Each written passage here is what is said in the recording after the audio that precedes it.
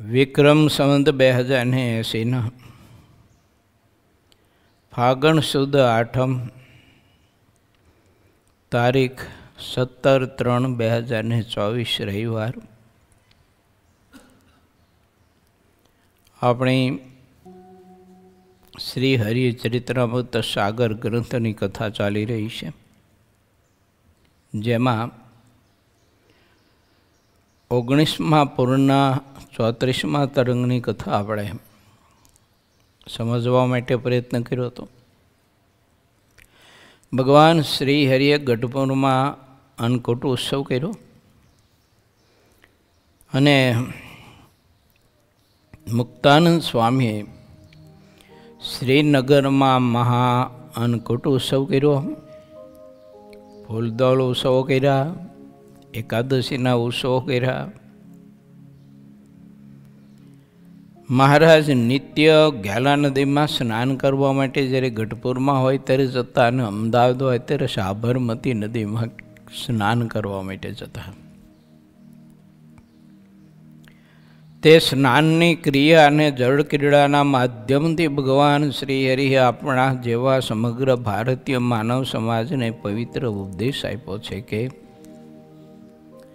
પરમાત્માની ભક્તિ અખંડ ને અખંડ કરતા રહો, અખંડ ને અખંડ પ્રભુને ભજતા રહો. ભક્તિના માર્ગમાં તો તમે જો અખંડ ને અખંડ ગતિ કરતા રહેશો, નદીના જળની જેમ તમારી ભક્તિ વહેતી રહેશે, તો તે ભક્તિના પ્રતાપે જળમાં તે નદીના તરંગો જેમ કચરાને એક બાજુ ફેંકી દેશે કિનારે, તેમ ભક્તિના તરંગો કારણ શરીરમાં રહેલી અનેક પ્રકારની વાસનાની ગંદકી અને જે કચરો છે એને બહાર કિનારે ફેંકી દેશે અને તમારું અંતઃકરણ અતિ શુદ્ધ, નિર્મળ અને પવિત્ર રહેશે. જેના ચારેય અંતઃકરણ નિર્મળ અને પવિત્ર અને શુદ્ધ હોય તેને પરમાત્માની યથાર્થ વાત સમજાય, પ્રભુનું વચન મનાય. ભગવાનના કોઈ એવા ભાગવત મૂર્તિના અનુભવી પુરુષ હોય તો એનું વચન મનાય, એની આજ્ઞા મનાય. જ્યાં સુધી અંતઃકરણમાં અશુદ્ધિ હોય ત્યાં સુધી ભગવાનના કોઈ પણ વચન મનાતા નથી કે ભગવાનના કોઈ મોટા સત્પુરુષના વચન મનાતા નથી, કારણ કે અંતઃકરણ અશુદ્ધ છે. અંતઃકરણની શુદ્ધિ માટે ભગવાન શ્રી હરિએ આ બધા ઉત્સવોના માધ્યમથી અને નદીઓ, સરોવરો, વાવ, કુવાઓના સ્નાનના ઉત્સવના માધ્યમથી આપણને સૌ કોઈને બતાવ્યું કે ભક્તિના એ સરોવરમાં યા તો ભક્તિરૂપી સરિતામાં અખંડ ને અખંડ સ્નાન કરતા રહો અને તે ભક્તિના નીરમાં એના તરંગો એ તમારામાં રહેલા અનેક પ્રકારના વિકારોનો કચરો છે એને દૂર ફેંકી દેશે. અંતઃકરણ શુદ્ધ થશે અને અંતઃકરણ જેનું શુદ્ધ થશે તેને પરમાત્માની આજ્ઞા યથાર્થ મનાય છે, સમજાય છે. અને પરમાત્માની આજ્ઞામાં શું દૈવત રહ્યું છે, શું પ્રકાશ રહ્યો છે, શું પ્રતાપ રહ્યો છે, કેવું સુખ રહ્યું છે, આ બધું જ તમને સમજાય છે. માટે ભક્તિરૂપી સરિતા યા તો ભક્તિરૂપી સરોવર યા તો ભક્તિરૂપી મહાસાગર, એમાં અખંડ ને અખંડ ભગવાનના ભક્તો સ્નાન કરતા રહે. નવધા ભક્તિથી જે ભક્તિથી અને પોતાને ભગવાનના સ્વરૂપમાં પ્રીતિ થતી હોય, સમાધ થતો હોય, તે ભક્તિ ભગવાનનો ભક્ત અખંડ ને અખંડ કરતો રહે. એમાં આળસ નહીં, પ્રમાદતા નહીં, એમાં કોઈ પ્રકારનો માયાનો ભેગ ભળવાનો જોઈએ, નહીતર તે પરમાત્માની ભક્તિ થવા નહીં દે આપણી પાસે સમય હશે ને ઉંમરે હશે, બધા જ યોગ હશે તોય નહીં કરવા દે.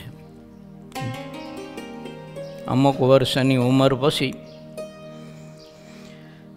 જવાબદારીઓ જ્યારે ઘટે ત્યારે ઘણી બધી સમયની આપણી પાસે સાનુકૂળતાઓ હોય છે, પણ અંતકરણ શુદ્ધ નથી થયા એટલે પરમાત્માની ભક્તિ થતી નથી.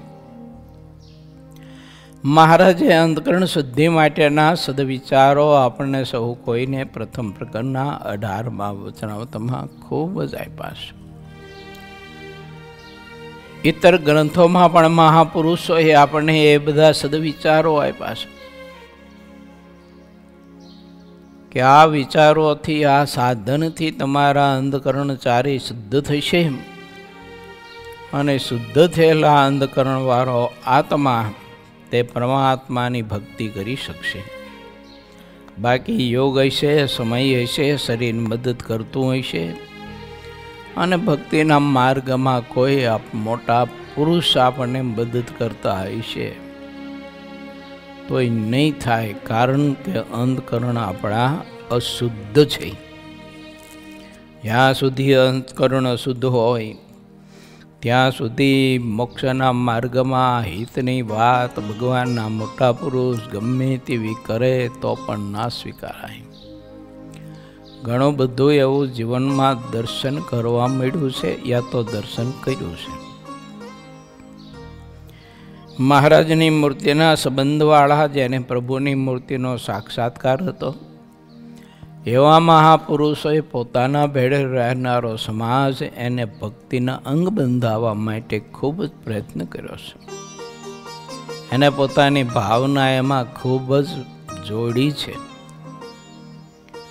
ન માને, વારંવાર કહેવા છતાંય ન માને તોય મહાપુરુષો આગ્રહ રાખીને આગ્રહપૂર્વક ધ્યાન ભજનના અંગ બંધાવવા માટે, કથા કીર્તનના સેવા વ્રત તપના અંગ બંધાવવા માટે મહાપુરુષો ઠેઠ શુદ્ધિ આગ્રહી રહ્યા. પરંતુ અંતકરણની અશુદ્ધિવાળા આત્માઓએ એવા મોટા પુરુષની વાત પણ ના સ્વીકારી, તે ના સ્વીકારી. અને અંતે સમય થયો અને માલિકની મરજી હતી તે જોઈને મહાપુરુષો આ ધરતી છોડીને વયા ગયા. અને એવા મહાપુરુષો વયા ગયા પછી અંતકરણની મલિનતાવાળા આત્માઓ ખેદ કરતા હતા, દુઃખ વ્યક્ત કરતા હતા, પણ પછી શું કામનું? ભજન કરાવનારા, ભજનમાં મદદ કરનારા, પરમાત્માની ભક્તિના માર્ગમાં ઇન્દ્રિયો અંતકરણનો અવરોધ કરતા હોય તો તે ઇન્દ્રિયો અંતકરણને એની ઈચ્છાઓને ધોકાવીને પોતાની ભક્તિના પ્રભાવથી એને બાળીને એને એક બાજુ કરીને આત્માને ભક્તિમાં વધુને વધુ પ્રીતિ થાય અને ભગવાનની મૂર્તિમાં અધિકને અધિક પ્રીતિ થાય, એના માટે મહાપુરુષો એટલો બધો પોતાનો પ્રેમ આપતા હતા અને એટલી બધી દયા વરસાવતા હતા. પણ હવે તે દિવસે અંતકરણની મલિનતાના કારણે સ્વીકારી ના શકાણું. આવું બહુધા ઘણી જગ્યાએ સંતોના મંડળોમાં અને હરિભક્તોના મંડળોમાં પણ જોવા મળ્યું છે. અત્યારે પણ હોઈ શકે, ભવિષ્યમાં પણ હશે. તો પછી તેમાં તો નથી આપણે આવતા ને, કોઈ ગણતરી આપણે એમાં તો થઈ જતી નથી ને, અથવા તો ગણતરી કરાવતા નથી ને આપણે, એ વિચારવાનું. શ્રીજી મહારાજની પ્રત્યેક ક્રિયાને, પ્રત્યેક આચરણને, પ્રત્યેક ઉત્સવ એની પાછળ હેતુ આટલો જ હતો. બધાને મહારાજ નદીના કિનારે લઈ જાય, સ્નાન કરાવવા માટે નદીએ લઈ જાય. ઘણીવાર નદીના કિનારે મહારાજ ઊભા રાખીને મીઠી મીઠી વાતો કરતા હોય. એ વાતો કરતા કરતા નદીના જળની સામે મહારાજ વારંવાર દ્રષ્ટિ માંડીને જોતા હોય. એ નદીના જળના તરંગો બધા ઉછળતા હોય, એની સામે જોતા હોય, અને એ તરંગો ઉછળતા હોય એમાંથી બધો કચરો ભેગો થઈને કિનારે આવીને ઓગાર બધો જામી જતો હોય ને એક બાજુ નીકળી જતો હોય, એની સામે પણ મહારાજ દ્રષ્ટિ કરીને જોતા હોય ત્યારે બીજા બધા ભક્તો જે કંઈ ઊભા હોય મહારાજની આજુબાજુ, એમાં કોઈ શાણા પુરુષો હોય ને એ બધા સમજી જતા હતા કે મહારાજને આ નદીના જળની સામે નિરખવા નહીં, નિરખવાનો હેતુ મહારાજનો શું છે, એવા શાણા પુરુષો બધા સમજી જતા હતા કે પ્રભુ એમ કહેવા માગે છે કે જે સરિતાના કિનારે સંતરૂપી ઘણી બધી સરિતાઓ ઊભી છે અને એમાં સ્નાન કરાવવા માટેનું ભગવાન શ્રી હરિ કહી રહ્યા છે, ઉપદેશ આપી રહ્યા છે, સમજાવી રહ્યા છે કે સંતરૂપી સરિતામાં ભક્તિરૂપી નીર બરોબર ભર્યું છે, બંને કાંઠે પૂરેપૂરું જળ ભર્યું છે અને એના અનેક પ્રકારના ત્યાગ, વૈરાગ્ય, ભક્તિ, દાસત્વપણું, સાધુતા, નિર્માણીપણું, ધીરજતા, કોમળતા આ રૂપી બધા તરંગો અખંડ ને અખંડ ઉછળે છે. એ તરંગો આપણામાં રહેલો કચરો બધો દૂર કરીને ફેંકી દેશે. આવો મહારાજ ઉપદેશ દેતા, કોઈને સમજાતું, કોઈને નહીં સમજાતું. મહારાજ ક્યારેક ઉપદેશ વ્યક્ત કરતા અને ક્યારેક પ્રભુ તે ઉપદેશ મૌન તકા આપતા, સમજતા આવતા. કોઈ શાણા પુરુષો સમજી જતા, બાકીની તો મેં કહ્યું તેમ અંધકરણ જેના મલિન હોય એને તો મહારાજ નદીમાં સ્નાન કરાવતા અને મહારાજ પોસ ભરીને એના ઉપર જળ ઢોળી અને સ્નાન કરાવતા તોય નહોતું સમજાતું એને. કારણ કે અંધકરણો ગંદા છે ને મલિન છે, ક્યાંથી સમજાય? માટે અંધકરણ શુદ્ધ કરવા વજરાવતમાં મહારાજ લખ્યું છે, પ્રથમનું 18મું, પ્રથમનું 8મું, પ્રથમનું 78મું, પ્રથમનું 70મું. આ ઘણા બધા વચરામતમાં શ્રીજી મહારાજે બતાવ્યું છે. પ્રથમનું 34મું, પ્રથમનું 37-32મું, મધ્યનું 1લું, મધ્યનું 54-53મું, મધ્યનું 60-62, પ્રથમનું 67-61. આ બધા જ વચરામતમાં હું કેટલા તમને નંબર આપું. અંધકરણ પહેલાં શુદ્ધ કરવું. ચારેય અંધકરણ મારા ને તમારા શુદ્ધ થવા જોઈએ. મનની એટલી બધી શુદ્ધિ હોય તે મન કોઈ દિવસ ભૂંડા ગાઢ સંકલ્પ કરવા સમર્થ ન થાય. એવું ભક્તિ એવી કરો, એવી ભક્તિ કરો કે ભક્તિની ખટાશ ચડી જાય. એવી ભક્તિ કરો, પ્રભુમાં એવો પ્રેમ કરો કે એની ખટાશ ચડી જાય. પછી 10 ઇન્દ્રિયોને 4 અંતકરણ રૂપી ડાયડો તે વિષય રૂપી ચણા ચાવાને સમર્થ ન રહે. તો ઠાકોરજી આપેલો અવસર મારો ને તમારો આપણા માટે શ્રેષ્ઠ ઉત્તમ છે. નહીતર મહારાજે આટલા બધા શ્રેષ્ઠ યોગ આપ્યા હોવા છતાંય આપણે તો હાવ વામણા ને વામણા જ રહેવાના, જો ખાલી જ રહેવાનો આત્મા, અને અંતે ધરતી છોડી અને ખાલી પો લઈને જશે. જે એને ભક્તિથી ભરવાનો હતો ને એ ભક્તિથી ભરેલો આત્માને જવાનું હતું, એના બદલે આત્મા છે ને એ ખાલી પો લઈને જાય. શ્રીજી મહારાજે આવો આપણને અવસર આપ્યો છે. એ નદીના જળમાં તાકાત ને શક્તિ છે, સરોવરના જળના તરંગોમાં એ શક્તિ છે, સમુદ્રના જળના તરંગોમાં એ શક્તિ છે. ચાહે એવો કચરો હોય ને ચાહે એવું મળદું હોય, અને એને કિનારે કાઢી નાખે. આપણામાં મૃતદેહો ઘણા પીડા હોય.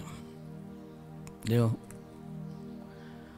અસદ વિચાર છે ને, અસદ વિચાર એ મૃતદેહ કહેવાય. જો એ અસદ વિચાર રૂપી અંદર મૃતદેહ કહેતા મળદા પીડા છે, એને ભક્તિના આ તરંગો બધા જ બહાર કાઢી નાખે, શુદ્ધ થઈ જાય જળ. એમ હૃદય કમળ આપણું એટલું બધું પવિત્ર ને શુદ્ધ થાય કે તે હૃદય કમળમાં અક્ષરાધિપતિ યા તો ચાહે તે પોતે ઈષ્ટદેવને ભજતો હોય, માનતો હોય, તો તે ઈષ્ટ સ્વરૂપ એના હૃદય કમળમાં અખંડ વાસ કરીને રહે. જેના હૃદય કમળમાં પરમાત્મા પોતાનો ઈષ્ટદેવ વાસ કરીને રહેતો હોય, તે આત્માને સર્વત્ર ત્રણેય અવસ્થામાં અખંડ ને અખંડ સુખ ને આનંદ વર્તતો હોય, એને ક્યારેય દુઃખનો એકેય પણ તરંગ ન આવે. સુખ સુખ ને સુખ જહાં દુઃખ, સુખ સુખ ને સુખ જહાં દુઃખનો નહીં લવલેશ. જીવનમાં ક્યારેય પણ દુઃખ જ ન આવે. કારણ પરમાત્મામાં પ્રીતિ, એને ભક્તિ પ્રભુની એવી છે ને, એટલે દુઃખ હોય ને એને સુખ જ માન્યું હોય, પછી દુઃખ જ ક્યાં રહ્યું. જો ઘણા બધા સંતો અને હરિભક્તો એવા હતા, બોલ, તે વ્યવહાર એના બહુ નબળા હરિભક્તોના. તો ખાવા માટે લુખા રોટલા મળતા, તે રોટલો ખાતા જાય ને અરે પાણી પીતા જાય. જો આવું ભોજન કરતા હતા, પણ તોય માનતા હતા. હો ઠાકોરજીએ શું સુખ આપ્યું છે, ઠાકોરજીએ શું સુખ આપ્યું છે કે ન્યાલ કરી દીધા મહારાજે, તો ન્યાલ કરી દીધા. એવું સુખ ઠાકોરજી આપ્યું, એવું સુખ આપ્યું. કારણ કે એની સમજણ એવી હતી કે આવું લુખું સૂકું અનાજ ખાવા મળે છે ને, એટલે મહારાજને જે કરાવવું છે ને એ તો સહેજે થઈ જાય. તો મહારાજને પહેલું કામ કેવું કરાવવું છે ખબર છે? અંતકરણની શુદ્ધિ માટેમાં પહેલું કામ કરાવવું છે એ રસના ઇન્દ્રિય વિશેષે કરીને જીતવી. આ કામ કરાવવું છે. એટલે શિક્ષાપત્રીમાં લખ્યું છે મહારાજે, મારો આશ્રિત હોય ત્યાગી કે ગૃહસ્થ, તો એને રસના ઇન્દ્રિય વિશેષે કરીને જીતવી. મહારાજને મોટા પુરુષ આપણને રસના ઇન્દ્રિય જીતવા માટે મદદ કરતા હોય, પણ હવે આપણા અંતકરણ અશુદ્ધ હોય ને એટલે પછી આપણે એની ભાવના સ્વીકારી નથી શકતા. એટલે એ જે કંઈ વિષયનું ખંડન કરે ખાવા પીવાનું, તો એ આપણે સ્વીકારી નથી શકતા. એ ખંડન કરે એટલે એનો મતલબ એવો નહીં કરવાનો, એનો અર્થ એવો નહીં સમજવાનો કે એ આપણને ખાવા દેતા નથી, આપણા ઉપર દાહ જશે, એને નથી ગમતું એવું નહીં અર્થ કરીએ આપણે. રસના ઇન્દ્રિય જીતવા મદદ કરે છે આપણને, અને બધી ઇન્દ્રિયોનું કારણ તો રસના ઇન્દ્રિય બતાવી છે. મધ્યના 33માં મહારાજે હું કહ્યું કે બધી ઇન્દ્રિયો જીતી હોય પણ એક રસના ઇન્દ્રિય જીતી ન હોય તો બીજી બધી જ ઇન્દ્રિયો મોકળી થઈ જાય. અને મોકળી થયેલી ઇન્દ્રિયો એ ઓખરિયા ઢોરની જેમ ગમે ત્યાંથી ઓખર કરી અને ન ખાવાનો બધો કચરો ખાઈ અને આત્માને મલિન કરે છે, દૂષિત બનાવે છે.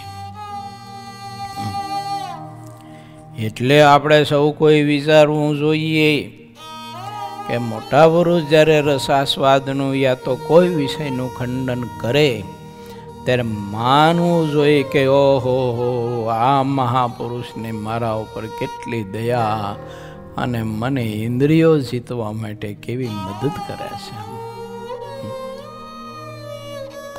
અંતકરણ શુદ્ધ હોય વિચારી શકે. મલિન અંતકરણ વાળો તો દુઃખી થાય. લો, બધી વસ્તુ ચીજ વસ્તુ ખાવાની પડી છે તો ખાવા તો દેતા નથી. શું કરવાનું? આ બધું હળી જાય છે કે આ બધું હળી જાય છે તો ખાવા નથી દેતા.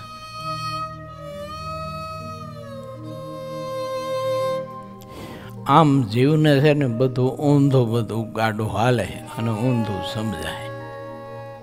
અવળું ના સમજી શકે કારણ કે અંતકરણ મલિન છે. એટલે મોટા પુરુષ વિષયનું ખંડન કરે એટલે આપણને કાંઈક ગમે નહીં. ગ્રસ્ત હોય કે ત્યાગી હોય કોઈ હોય, એમાં અત્યારે વર્તમાન કાળમાં તો જબરજસ્ત જેવું આપણી ઈચ્છાઓને મારી નાખવીશ મોટા પુરુષોને. આપણને શું છે ખબર? આપણી ઈચ્છાઓને આપણે આખલા જેવી બનાવી છે. આમ બધું હાલેસ ગાડું. મહાપુરુષોને દયા છે એટલે આપણી ઈચ્છાઓ બધી એની નિર્બળ કરી નાખવી છે અને આપણે પોતાની ઈચ્છાઓને આપણે સબળ કરવી છે, આખલા જેવી બનાવી છે. એટલે આમ યુદ્ધ ચાલતું હોય બધું. એટલે પછી મોટા પુરુષની વાત કંઈ મનાય નહીં આપણને. શું ગ્રસ્તો હોય ને કોઈ મોટા પુરુષ હોય ગ્રસ્તને કંઈક આજ્ઞા કરે તારે આવા કપડાં નહીં પહેરવાના, આવા ખર્ચા ખોટા નહીં કરવાના, પૈસો બચાવીને સત્કર્મ કરવાનું, કોઈ ગરીબોને મદદ કરવાની, કોઈ સારું કાર્ય થતું હોય તો એમાં સેવા કરજે, એમ બચાવજે સંપત્તિ. હું દિવ્ય સ્વરૂપ સ્વામી થોડા દિવસ પહેલા ઓલા છેડમાં ગયા હતા. એક છોકરો ઊભો હતો. પછી દિવ્ય સ્વરૂપ સ્વામી મને કહ્યું, મને કે ગુરુજી આ છોકરો છે ને ખાવામાં બહુ ખર્ચા કરે છે. મેં એ છોકરાને કહ્યું, મેં વહેલા આ ભલામણ તું ખાવામાં એટલા બધા ખર્ચા કરે તો તારો દેહ તો ટીટોડી જેવો છે, હાવી દુબળો. તો આ કોથરામાં તો આખો દિવસ નાખ કરે છે તો હું એનો અર્થ કીધું. ઠીક છે, સાંજ સવાર બપોરે નાની અવસ્થા હોય તો વળી વચમાં ક્યાંક થોડીક ભૂખ લાગે તો થોડું ઘણું ખાવું, પણ મેં કીધું આટલો બધો ખર્ચો? મેં કીધું કરકસર કરીને પૈસા બચાય અને કોઈ ગરીબના છોકરા હોય ને તો એની સેવા કરી, મદદ કરી, હાજા માંદા હોય તો દવા ફળ ફૂલ વગેરે વગેરે લાવી દેવું, એને કપડાં લાવી દેવા, ચંપલ લાવી દેવા, પેન કંપાસ લાવી દેવા, પુસ્તક લાવી દેવા, આમ મદદ કર. તો કીધું ઠાકોરજી એ તારી ભક્તિની નોંધ લેશે, બાકી તો તું હવે આટલા બધા પૈસા આમાં ખાવા પીવા ઉડાડી દેશ, પહેરવા ઓઢવામાં શું ભલામણ. અમુક લોકો તો જો કે આપણે અત્યારે વાત ન કરાય, જમાનો એવો છે એટલે. અને તો પ્રસંગ નીકળ્યો એટલે કહું છું, 1500 2500 અને 5,000 રૂપિયા વાળ કપાવવાના આપતા હોય છે. આટલા બધા પૈસા આપતા હોય છે વાળ કપાવવાના. હવે એને કેવા કાંઈ પણ શું કર્યું એ અરીસામાં જોવે તો ઠીક છે, પછી પાછળનો ભાગ તો તોય નથી દેખાવાનો અરીસામાં. બીજા બધા જોવે તો ઠીક છે, બાકી એના કાપેલા વાળ કોણ ભોપો ભાઈ જોવાનો છે. અને 15 દિવસ 20 દિવસ થાય ત્યાર પાછું હતું ને એમના ભાઠા ફૂટીને પછી થઈ જવાનું બધું એમના જેવું હતું એવું ને એવું. જો તો એ 15 દિવસના મામલા હાટો થઈને માણસ 15 2500 રૂપિયા વાપરે એમાં. હવે એમાં ભલે માણસ 25 રૂપિયામાં વાળ કટિંગ થઈ જાય. હવે જો બાકીના પૈસા બચાવીને કોઈ ગરીબની સેવા કરી હોય. ઘણો બધો સમાજ એવો છે કે જેને બિચારાને ખાવા અનાજ નથી મળતું, પૂરા પહેરવા સારા કપડાં નથી મળતા. આવો ઘણો બધો સમાજ છે. તો આપણને આપણી જાત ઉપર, એટલે આપણી ઇન્દ્રિયો અંતકરણ ઉપર આપણને દાય ચડવી જોઈએ. તમારી જાતની ઇન્દ્રિયોને કહેવું જોઈએ તમારી જાતની, અંતકરણને કહેવું જોઈએ તમારા જાતના. આવો બધું મારી પાસે ધંધો કરાવો છો, ખોટી સંપત્તિનો બગાડ કરાવો, સમજો છો તમારા મનમાં. ભગવાનનો ભક્ત સંતરૂપી સરિતામાં, ભક્તિરૂપી સરિતા સરોવરમાં, સાગરમાં સ્નાન કરતો રહે, દુખાતા નહીં.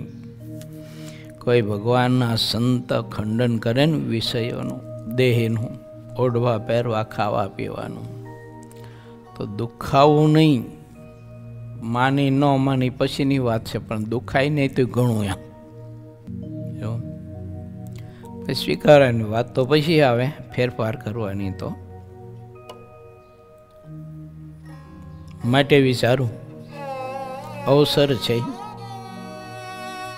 મહારાજ કે ઇન્દ્રિયોની ક્રિયા ભગવાનને ભગવાનના ભક્તની સેવામાં જોડી દો. પ્રથમનું 8મું વાંચો. અક્ષરધામના અધિપતિ પુરુષોત્તમ નારાયણ કહે છે, કહેતા નથી, પોતાની ઇન્દ્રિયો અંતકરણની વૃત્તિ પોતે પૂર્ણ પુરુષોત્તમ નારાયણ હોવા છતાંય ભગવાનને ભગવાનના ભક્તમાં જોડી રાખી હતી. મહારાજની એક પણ ક્રિયા તમે જુઓ, એક ક્રિયા પણ જુઓ પોતાની સાથે, પોતાના માટેની નથી એક પણ ક્રિયા. ન મનાતો હોય મારા ને તમારા જેવાને, અબુદ્ધ જેવાને, એટલે ઠાકોરજીએ સોગન ખાધા છે. મહારાજ કે અમારા વાસ્તે અમે જો સ્વીકારતા હોય તો અમને ગુરુ રામાનંદ સ્વામીના સોગન છે. ક્યાંય ક્યાંક મહારાજે પરમહંસોનો સોગન કે ખાધા છે. અમને પાન છે, પરમહંસોના સોગન છે. અમારા માટે સ્વીકારતા હોય તો બોલો.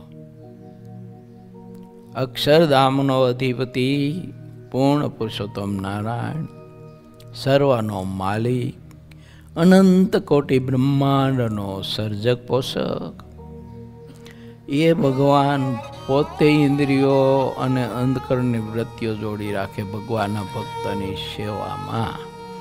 તેલા આપણે કઈ વાડીના મૂરા એમ. માટે આપણી ઇન્દ્રિયો અંતકરણની વૃત્તિ ભગવાનને ભગવાનના ભક્તની સેવામાં જોડી રાખવી જોઈએ. આપણી પાસે કંઈ સારું ચીજ વસ્તુ પદાર્થ ખાવા પીવા ઓઢવા પહેરવાનું આવ્યું હોય અને આપણી પાસે બધું ઠીક ઠીક હોય બધું, તો આવ્યું હોય તો એ ભગવાનના ભક્તને આપીને રાજી થાય એવો સંકલ્પ કરે એને ઇન્દ્રિયની વૃત્તિ જોડી કહેવાય. ખાવાનું કે ઓઢવાનું પહેરવાનું કંઈક આવે ને જો, તો એ ઇન્દ્રિયોની વૃત્તિ એમાં જોડી કહેવાય. માટે વિચારવું અવસર છે આવો. ઠાકોરજી આપ્યો પછી મળશે કે નહીં મળે કોને ખબર છે. બાકી જો અત્યારે આપણે દેહને લાડ લડાવીએ છીએ ને, આ ખોટા લેવા દેવા વિના. હાથ ખોટના છોકરાને જેમ માં લાડ લડાવતી હોય એના કરતાં આપણે છે ને 14 ખોટના છીએ. થોડું છોકરું હાથ ખોટનું હોય, આ જીવ 14 ખોટનો. અને એવા દેહને લાડ લડાવે, એવા દેહને લાડ લડાવે. તે આ વખતે જ કર્યું છે એવું થોડુંક છે. જે જે યોનિમાં ને જે કાળે ને જે સમયે, જે બ્રહ્માંડમાં ને જે પરિવારમાં ને જે દેહમાં આત્માએ પ્રવેશ કર્યો ને, ત્યારે આખી જિંદગી એ દેહને લાડ લડાવવાનું જ કામ કર્યું છે. દેહાત્મ બુદ્ધિ ટાળવાનું તો એને કામ કર્યું જ નહીં, કોઈ દિવસ સંકલ્પ ન થયો કે આ દેહાત્મા બુદ્ધિ ટાળીને ભગવાનમાં પ્રીતિ કરીએ, પ્રભુમાં હેત કરીએ, જન્મ મરણથી મુક્તિ પ્રાપ્ત કરી લઈએ. આવો સંકલ્પ સુધા ન થયો એને કોઈ જન્મે. હવે એ જન્મે કોઈ અવસર હોય છે કે નહીં હોય, આવા સંતો ખંડન કરનારા હોય છે કે નહીં હોય છે તો આ વખતની જેમ જ હશે. આપણે સાંભળ્યું હોય છે પણ માયના નહીં હોય, ફેરફાર નહીં કર્યો હોય.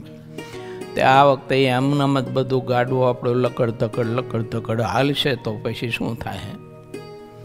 ફરી નહીં વરી પાછું આ ધરતીમાં તો આવવાનું જ ને. મહારાજે બહુ કૃપા કરીશ, મોટા પુરુષે બહુ કૃપા કરીશ. એમાં કેવું સુખ ને કેવો આનંદ તે મૂર્તિમાં, એ તો જેને માણ્યું હોય બધા જાણતા હોય ને.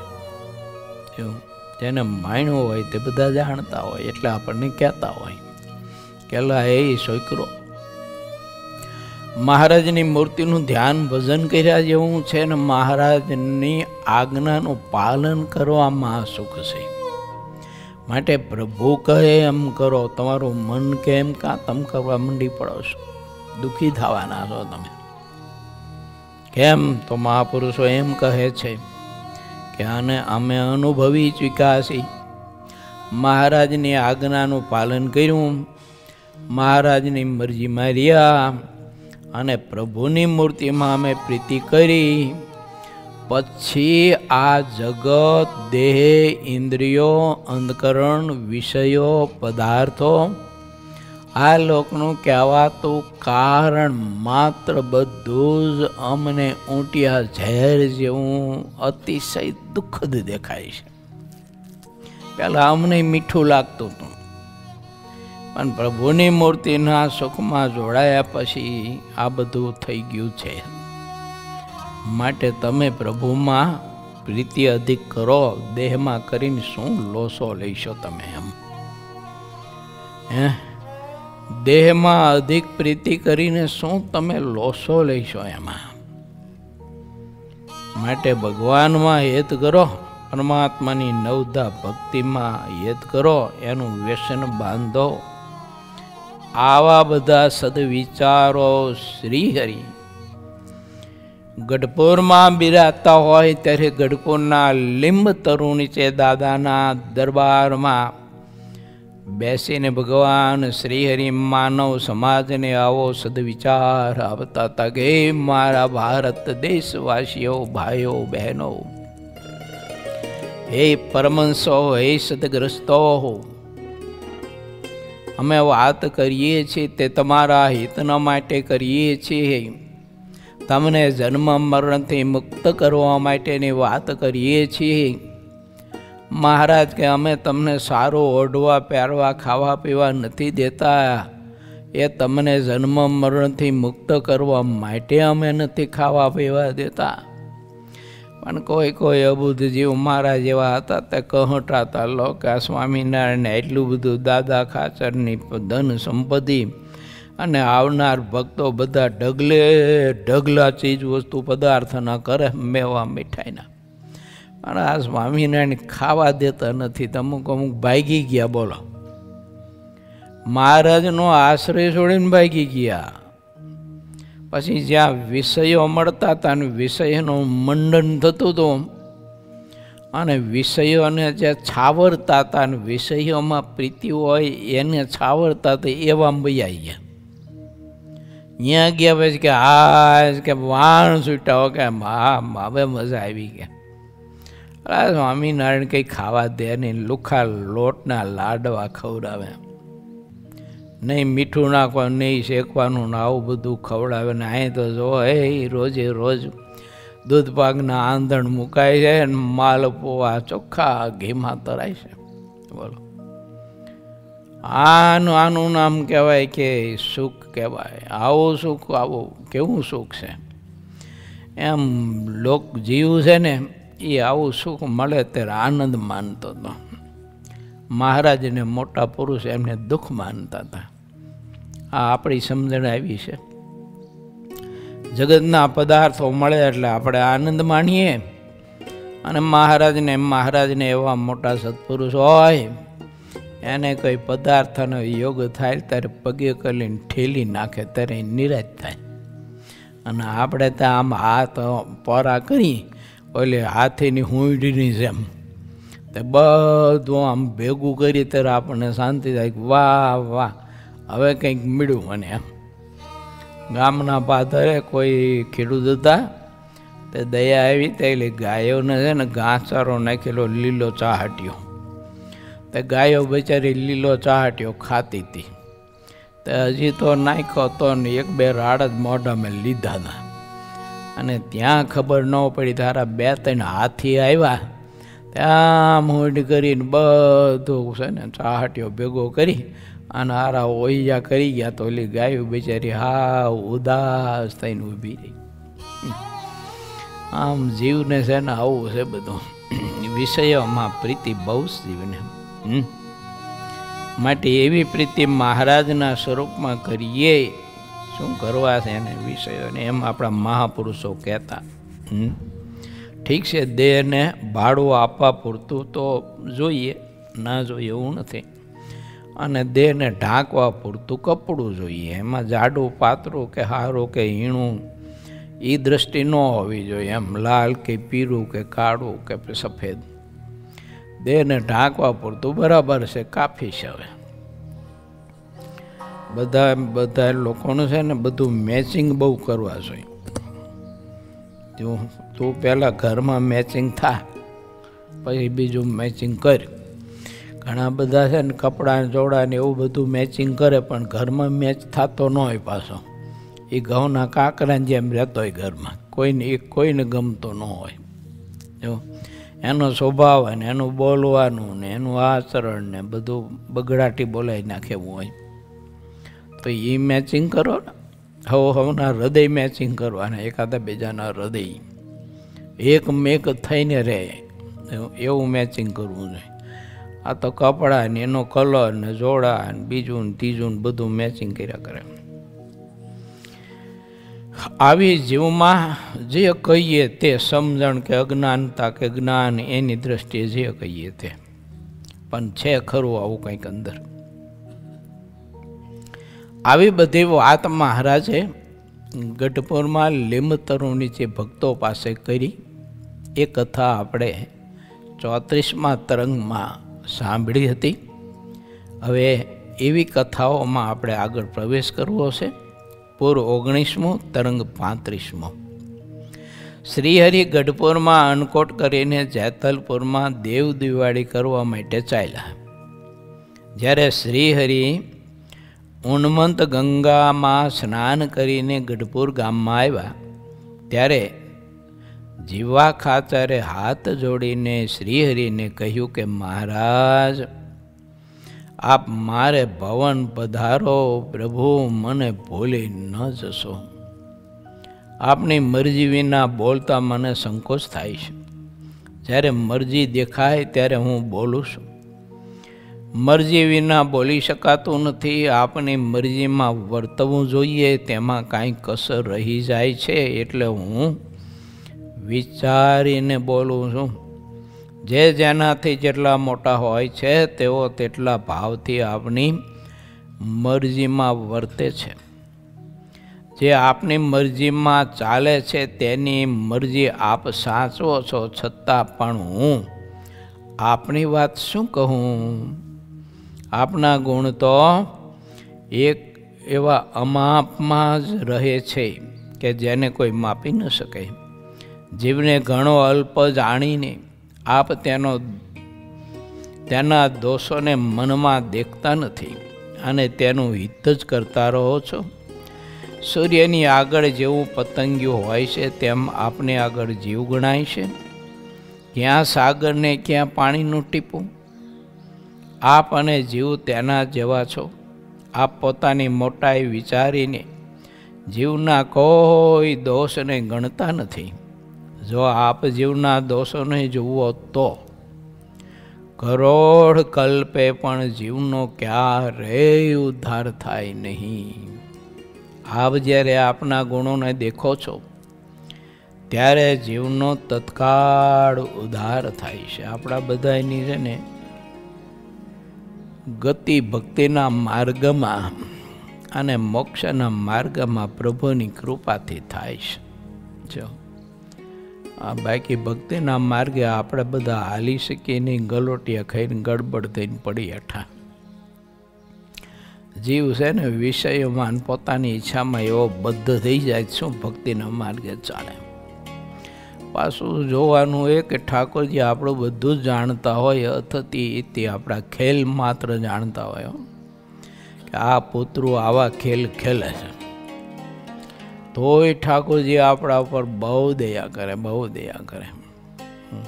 એટલે મુક્તાનંદ સ્વામી કહે છે અને જીવા ખાચર એમ કહે છે કે મહારાજ તમારી મોટપને તો હું શું કહી શકું.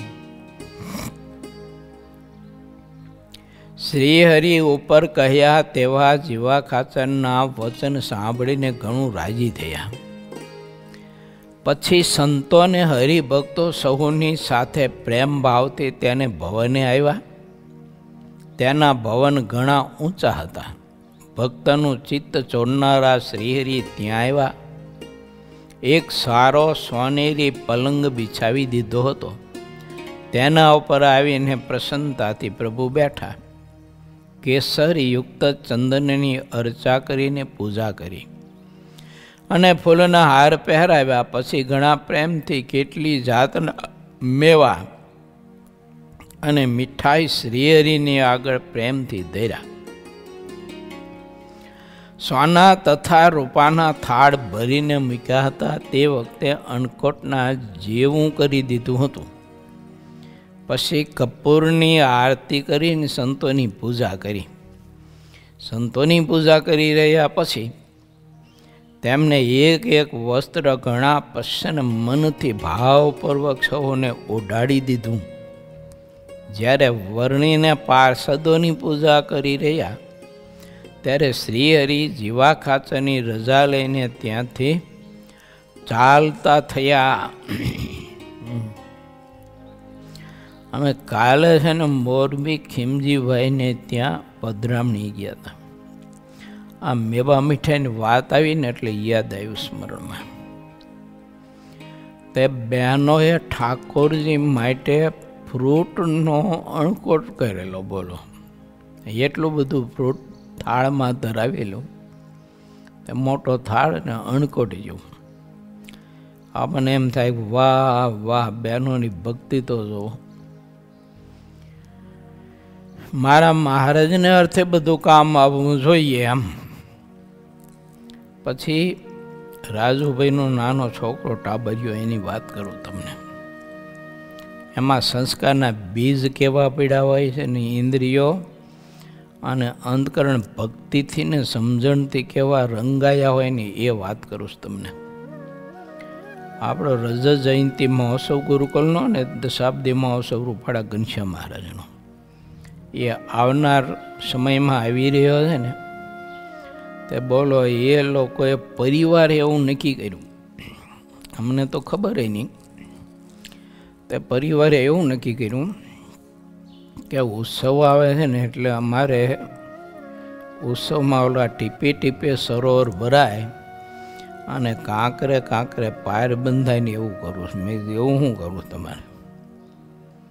તો મને કે અમે ઘરમાં એક બોક્સ રાખવું છે, મૂક્યું છે, અને એમાં રોજે રોજ હવની શ્રદ્ધા પ્રમાણે ઘરના જેટલા સભ્યો હોય ને એટલા પૈસા એમાં નાખે. એમ કોઈ 10 રૂપિયા, કોઈ 15 રૂપિયા. મેં તો ઘરમાં જેટલા સભ્યો એટલા બધા નાખશો કે આ બધા નાખશો કે? પછી એમનો રાજુભાઈનો નાનો ટાબરિયો દોડીને ઘરમાં ગયો. તે ઓલા તમારા ગ્રસ્તને રિવાજ હોય ને કે કોઈ મહેમાન આવે તો નાના છોકરાના હાથમાં પૈસા આપે. તો એ છોકરાએ ભેગા કરી રાખ્યા છે કંઈક પેટી બેટી જેવું કહી ગઈ છે એમાં. એ લઈ આવ્યો, બોલો, આખી થોકડી લઈ આવ્યો. મેલા આટલું બધું તાર ન કરવાનું હોય, આખી થોકડી લઈ આવ્યો. કેટલા છે? ગણ તો ખરો કે ગણ્યા નથી? મેં ગણ તો ખરો. તે ગણ્યા એને બોલો મને 5,000 રૂપિયા થાય, મારે નાખી દીધા વાળો બોક્સમાં. ઇન્દ્રિયોને અંધકરણ ભગવાનની સેવામાં કેવા જોડાઈ જતા હોય છે. એની ક્રિયા ભગવાનને ભગવાનના ભક્તની સેવામાં કેવા જોડાઈ જતા. નાના છોકરાઓમાં આવું દર્શન થાય આપણને. હું તો એ દર્શન કરી જ રહ્યો બોલો, આપણને તો એ ગજબનું થાય. છોકરાનું શું નામ છે? અભિષેક. બોલો મોટા નામ ઋષિ ને? હા અભિષેક. જોઈએ નાનું ટાબર્યું દેખાય. એટલે આપણે ગઈઢા થયા તો આપણે ઇન્દ્રિયો અંતકરણ ભગવાન રૂપ નથી થતી, અને આવડા છોકરાની ઇન્દ્રિયો અંતકરણ ભગવત સ્વરૂપ થાય. બોલો એને ઠાકોરજી માટે મેં કીધું તું ખરો છો? કીધું આવડે ઉંમરે કીધું તને આજ કોઈનું આવ્યો ને? ઘણા બધા મંદિર જાય ને તે પાકીટ કાઢે એટલે અમે તો રાજી થઈ જઈએ. પાકીટ કાઢે ને એટલે રાજી થઈ જાય કે ઓહો 2-5 હરિભક્તો પેટીમાં નાખશે તો પેટી ભરી જાય છે, ગલા પેટી.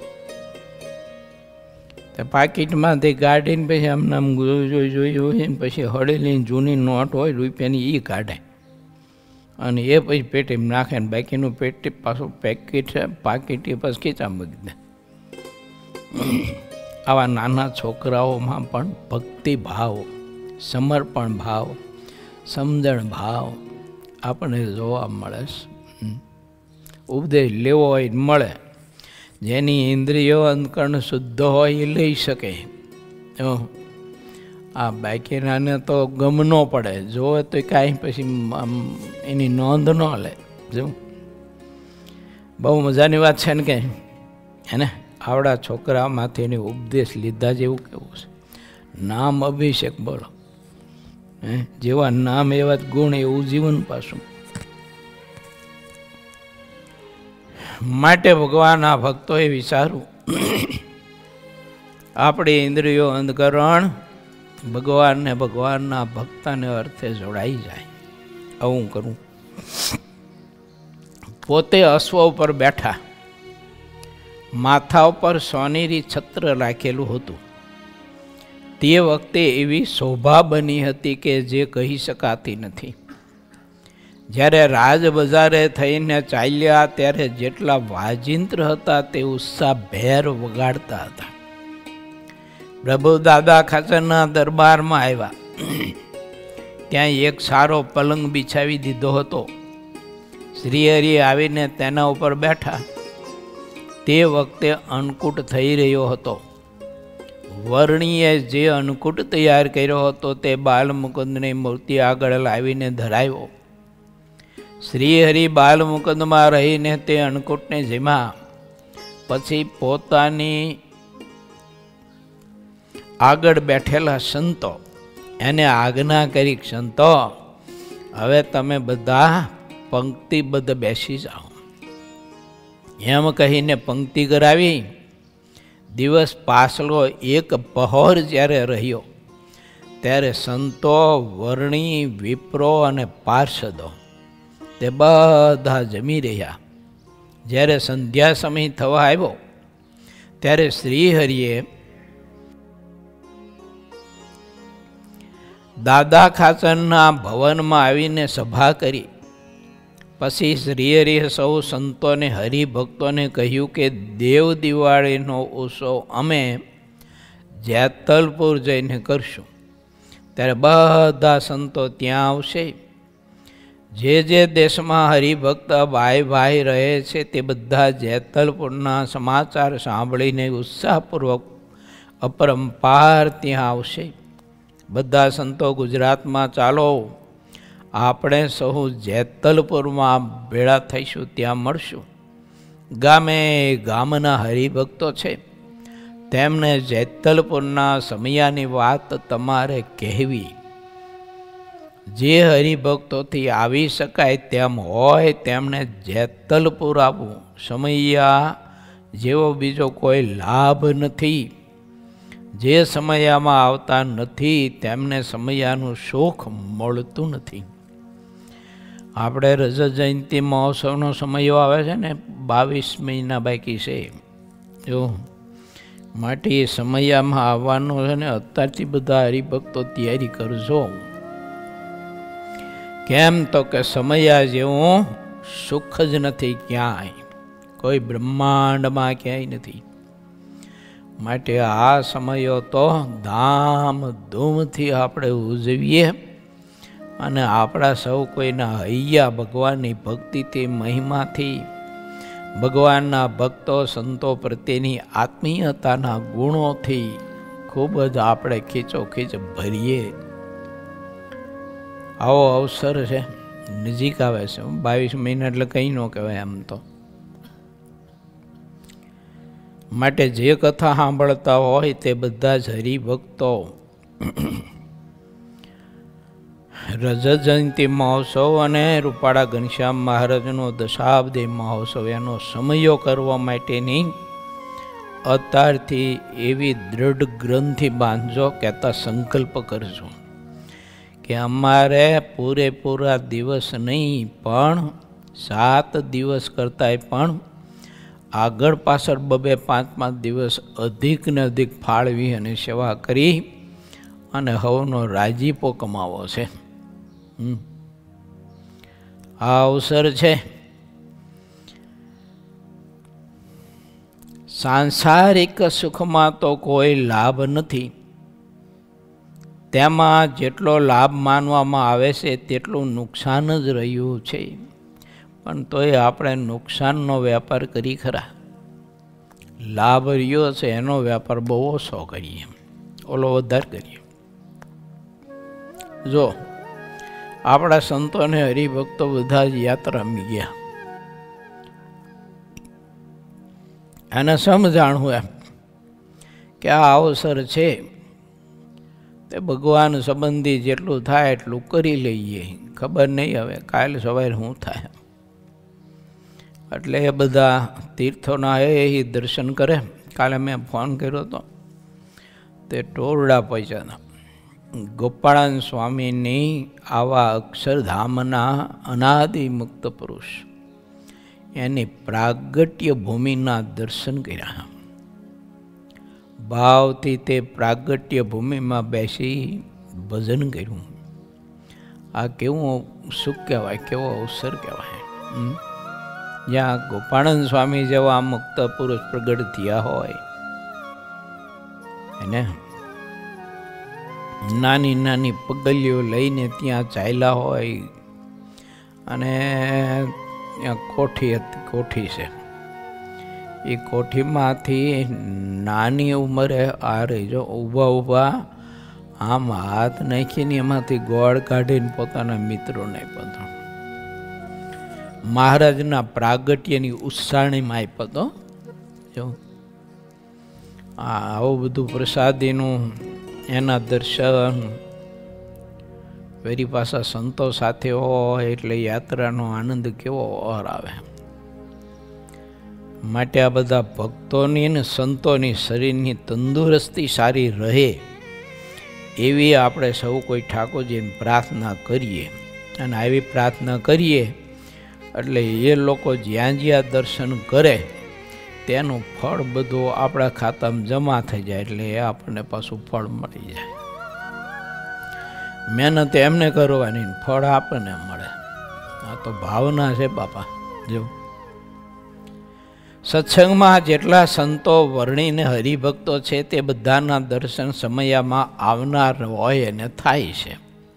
જે ઘેર જ રહે છે તેને સંતો વર્ણી અને હરિભક્તોના દર્શન થતા નથી.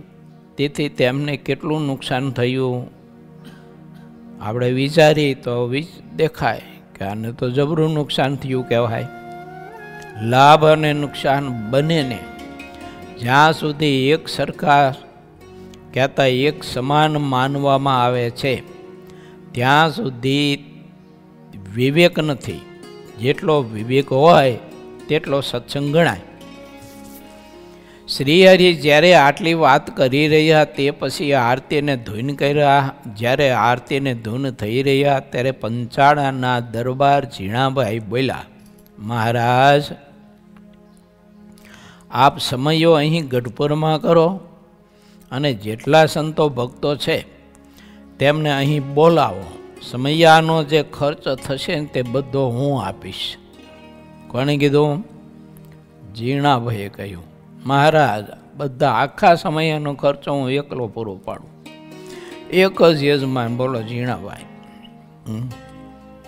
કેવી ભાવના, કેવી ભક્તિ અને સત્સંગનું કેવું મહાત્મય સમજાણું કહેવાય.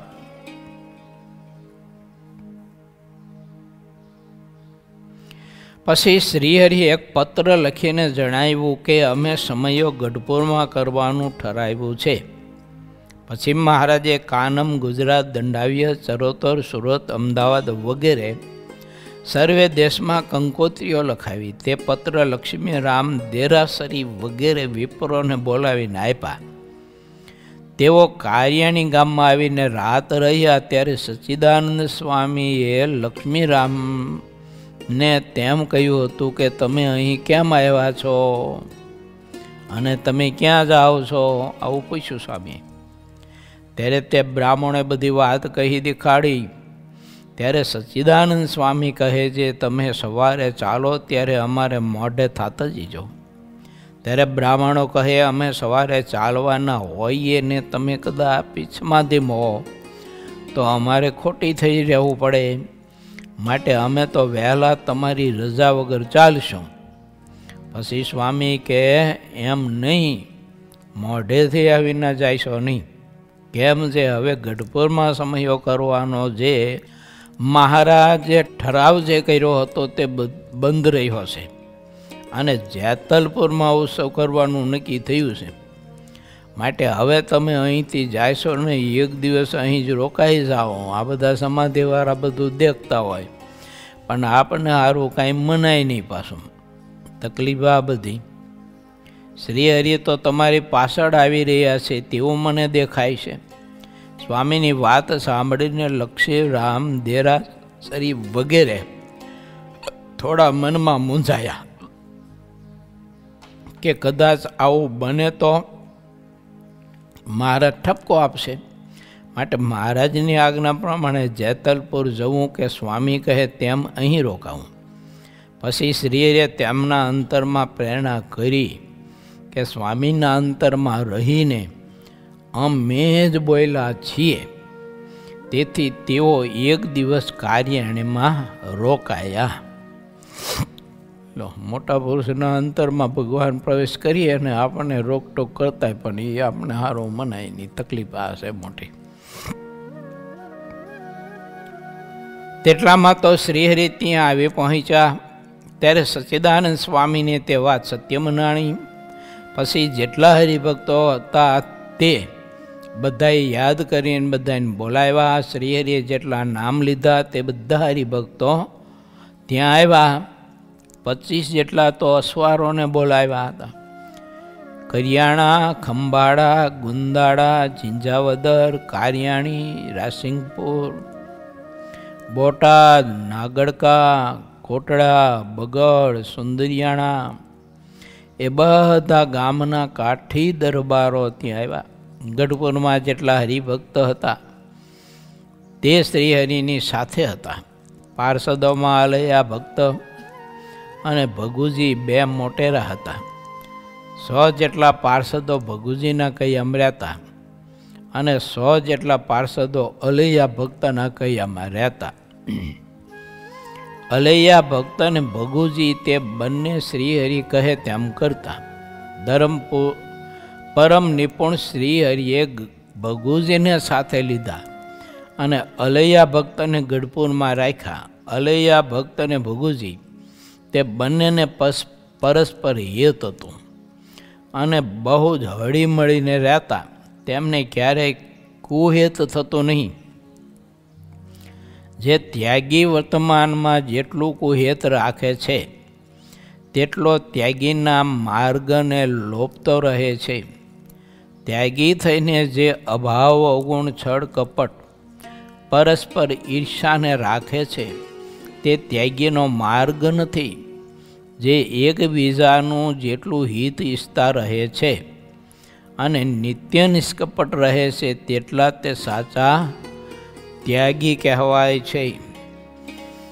ઇતિ શ્રી સહજાનંદ સ્વામી શિષ્ય સિદ્ધાનંદ મુનિ વિરચિત શ્રી હરિચરિત્રામૃત સાગરના 51 શ્રીહરિ ગઢપુરમાં અન્નકોટ કરીને જેતલપુર દેવ દિવાળી કરવા ચાલ્યા એ નામે 35મો તરંગ સમાપ્ત થયો.